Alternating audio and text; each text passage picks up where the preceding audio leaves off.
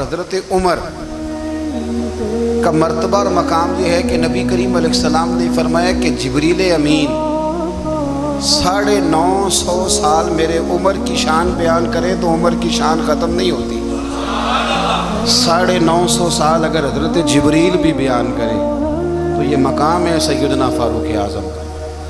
اللہ تبارک و تعالیٰ نے جس طرح سارے نبیوں میں شان حضور کو عطا فرمائی، اسی طرح تمام نبیوں کے حواریوں میں سب سے زیادہ شان حضور کے غلاموں کو عطا فرمائی۔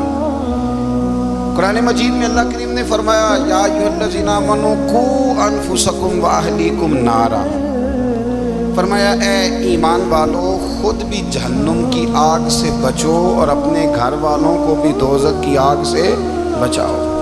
خود بھی بچو اور اپنے گھر والوں کو بھی۔ ہماری ساری نصیحتیں باہر والوں کے لیے، باہر ہمیں بہت بڑا لیکچر بھی دینا پڑے تو چلتا ہے، بہت بڑی داستان سرائی بھی کرنی پڑے تو چلتی ہے۔ سٹیٹس اور معیار یہ ہے کہ سارا کچھ باہر والوں کے لیے، اور گھر کے وہ پھول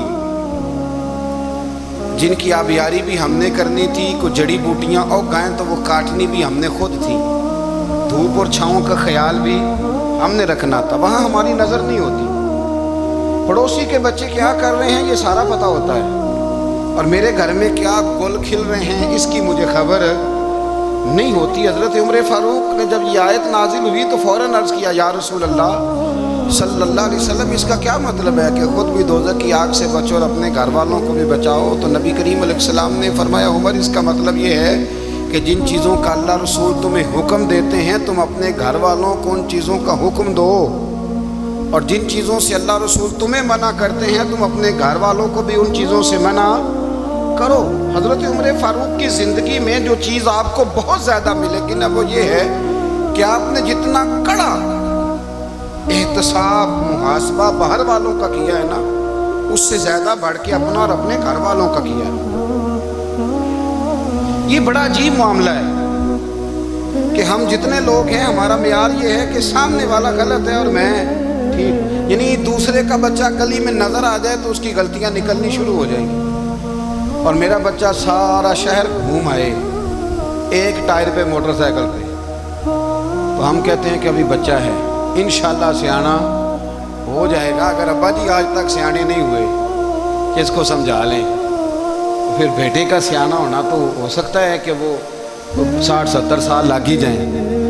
گھر کے اندر جب تک توجہ نہیں ہوتی، اور سب سے پہلے جب تک اپنی ذات پر توجہ نہیں ہوتی، میں کہا کرتا ہوں کہ باہر لیکچر چلتا ہے گھر میں عمل چلتا ہے، لیکچر باہر چلتا ہے گھر کے اندر عمل چلے گا۔ باہر تو آپ نے کہہ دیا نماز پڑھا کرو، ختم ہو گئی بات، لیکن گھر میں بچے نماز تب پڑھیں گے جب ان کے والد نماز پڑھیں گے۔ گھر میں کہہ دیا پردہ کرو، پر گھر میں بچیاں پردہ تب کریں گی جب ان کی اماں پردہ کرے گی۔ گھر کے اندر عمل چلتا ہے، باہر تو چلو بات بھی چل جاتی ہے۔ تو والد کا جب تک کردار بچے نہیں دیکھتے جب تک اتنی دیر تک ان کا تبدیل ہونا ممکن نہیں ہوتا۔